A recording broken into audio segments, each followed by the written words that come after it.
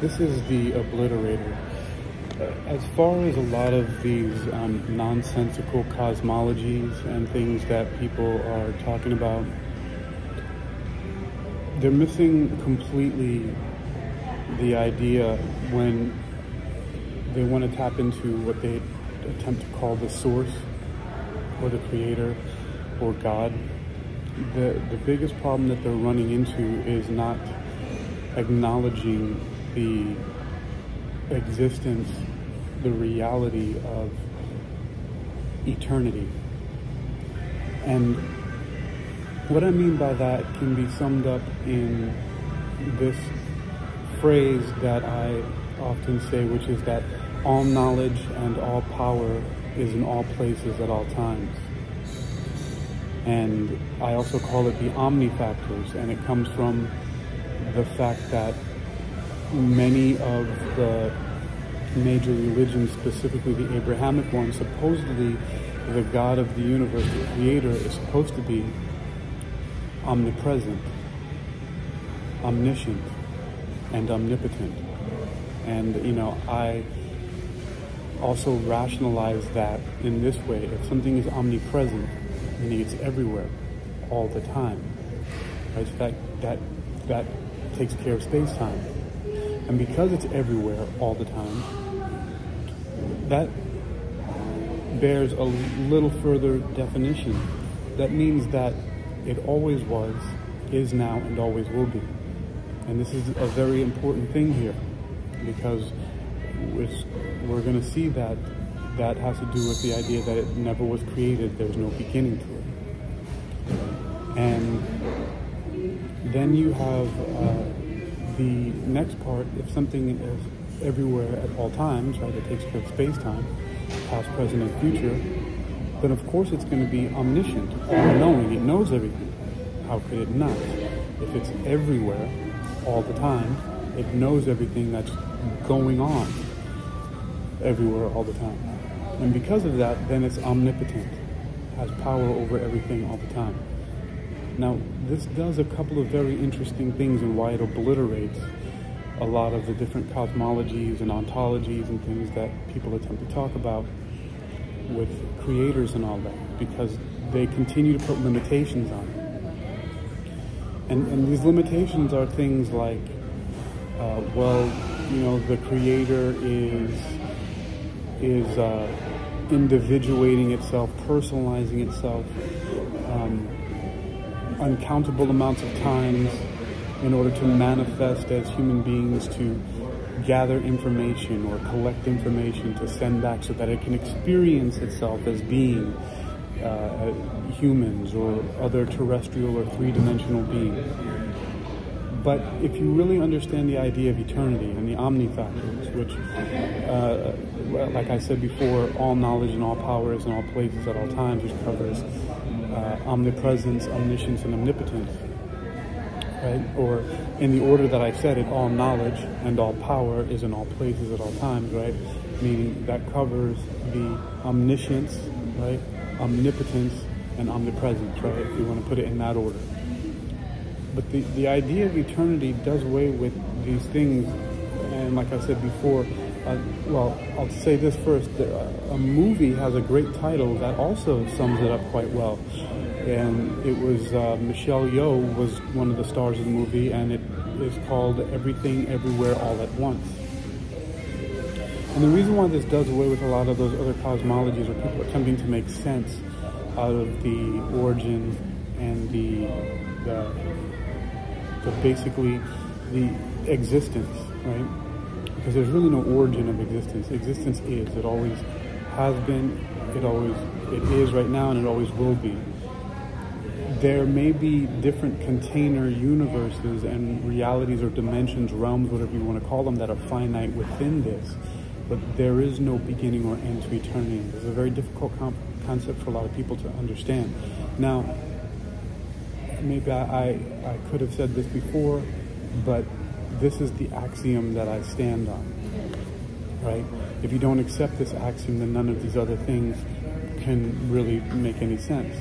But it's this fundamental of eternity, right? Of specifically the one most important thing in all of that is omnipresence, right? Everywhere at all times. That's what gives the omniscience, the all-knowing, and the omnipotence, the all-power. And once you have something like that, you have no individuation as such. It brings to mind the ideas that we are all one. And yes, we are experiencing reality in a three-dimensional sense as human beings, also being part of the one of all things. But it's not a necessity. It just is. That's the way it has to be. It's inherent in existence itself, that everything that can exist is existing, and everything that can exist is existing everywhere all the time. That means that every permutation of you and I, that means that there are existences of me and you, right, watching this video, me making this video, where the only thing that's different is the spin of an electron or the frequency of a single photon. That does not seem to make any difference at all in the scheme of things, of how things are going, but that's exactly what it is. It could be the slight angle of incidence of a neutrino, right? And everything else is the same.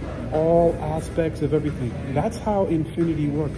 When you think on scales of that nature, you begin to understand just what infinity is. That if you just took the amount of realities that exist just in your fingernail alone, right? And the atoms that are there made of the protons and neutrons and electrons, right? And the interactions of them, of, for example, the electromagnetic force or the strong nuclear force with the gluons interacting. And you just think about that the spin of one of them is slightly different, or that the photon is released at some astronomically small unit of time later or before. And we're just talking about your fingernail. Just the differences in that alone gives you a really, really unfathomable amount of realities that are happening exactly as this, with only those one things being the different.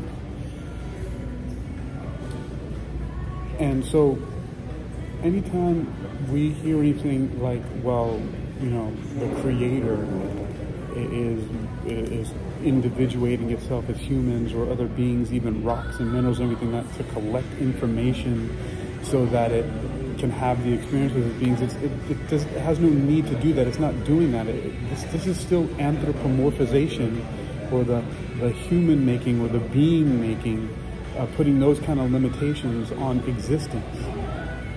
It doesn't do that intentionally or unintentionally. It is. It simply is. It's doing it all at the same time. It's intentional, it's unintentional, it's inherent.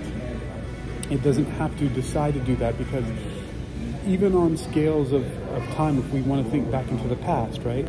Well, you can pick any number you want, because infinity doesn't matter. You can pick 70 trillion years ago, right?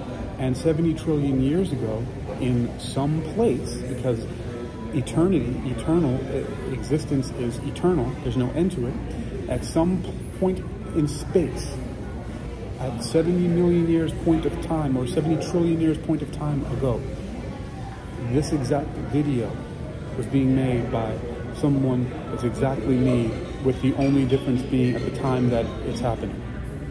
And it's far removed from here, because then the consequences don't unfold forward into this evolution of where we are in this Milky Way galaxy, in this particular universe, so on and so forth. But that's the problem with people understanding that eternity has no size. Size doesn't matter to eternity. Any size can fit in eternity, and all possibilities are concurrent in reality. There are so many ways to continue to explore this, but you first have to understand the axiom. And you know, like I said, there's a popular movie that has the name Everything Everywhere All at Once. And also, I mean, but that doesn't quite even cover, because it says everything everywhere all at once. Well, yeah, that's true, but that's still sort of a limitation. I attempt to elucidate this understanding by saying that all knowledge and all power is in all places at all times. So everything that can happen, is happening, has happened, will happen. And it doesn't matter the evolution of things from primitive beings to the future. That has already happened, it's happening now, and it will happen. That is the nature of eternity.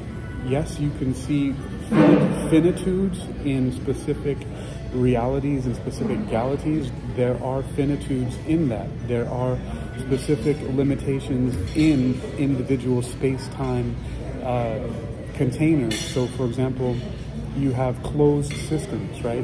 So there are closed systems and there are open systems. And so our specific existence is a closed system within the open system of existence. So our Milky Way galaxy, our universe that we can see with the telescopes as far as they can go, all of that, our specific galaxies and realities, those are extant, closed systems within the larger open system.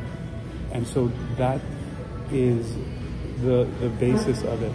What we experience as the limitations and the boundaries that we can measure so far, those are within the closed systems, and there are uncountable amounts of closed systems within the eternal being of existence.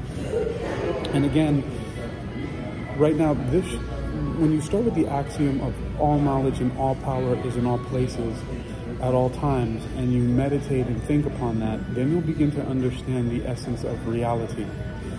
And you'll understand that is how you reclaim your royalty. Reality and royalty, your empire of yourself, your divinity, right?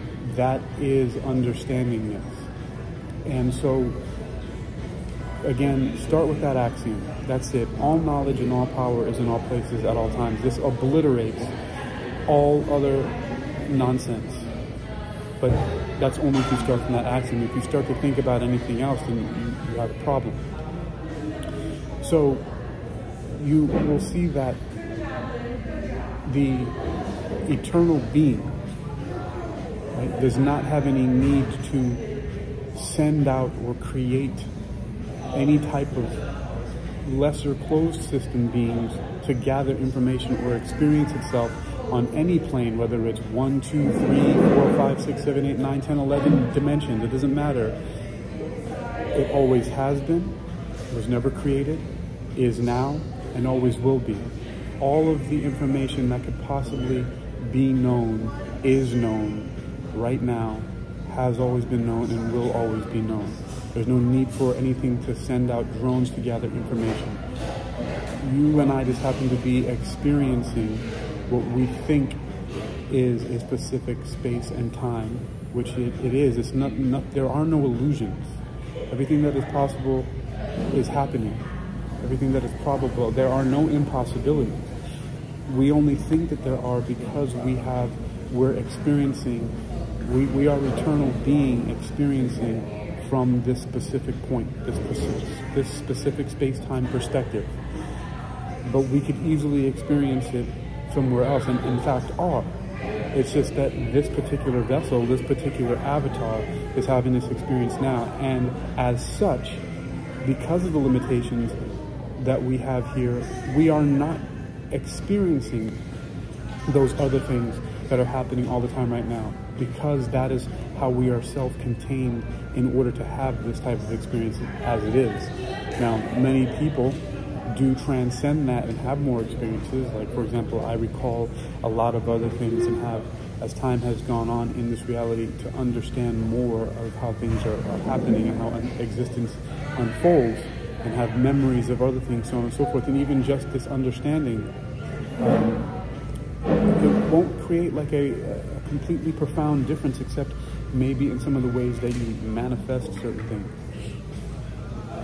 But it's all done. There's a reason why we have these specific physical limitations here, because that's what this experience is. You want to transfer yourself to another consciousness and another existence, well, then you go ahead and work on that. But as you're here, in this particular place and all of the uncountable ones that are like it, because remember, there are many, many other realities of you and I exactly as we are now, you watching this, that the only difference has nothing to do with like superhuman abilities or other powers. Those are elsewhere.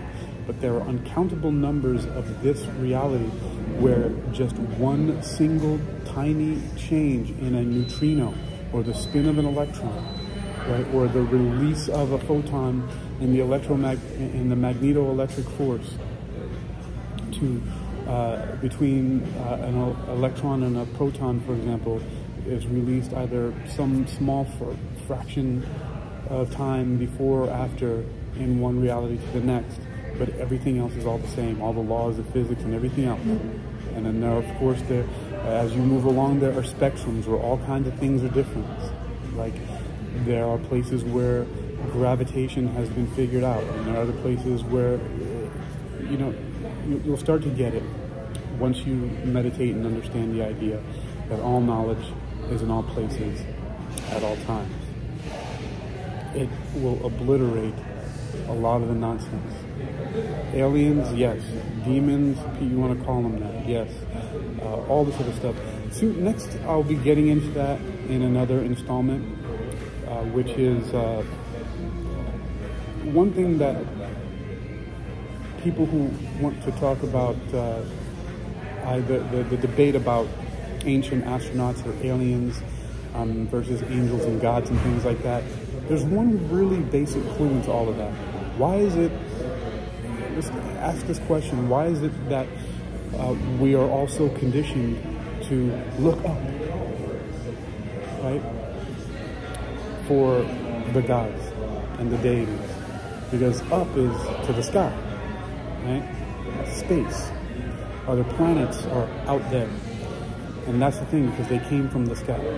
That's and even, you know, Billy Carson has talked about that in his videos, many videos and podcasts, that from space they came. The word alien is a foreigner. It could be, an alien could be someone from another country. We call like aliens, legal or illegal aliens, right? Or from another world. And that's simply what a lot of these deities and things are, but we're not talking about anything different. The name, the nomenclature, what we're calling it is different, and that's it. They're coming from space, the sky, the heavens, down to Earth. One interesting thing I'll leave you with is a band called I Am Abomination.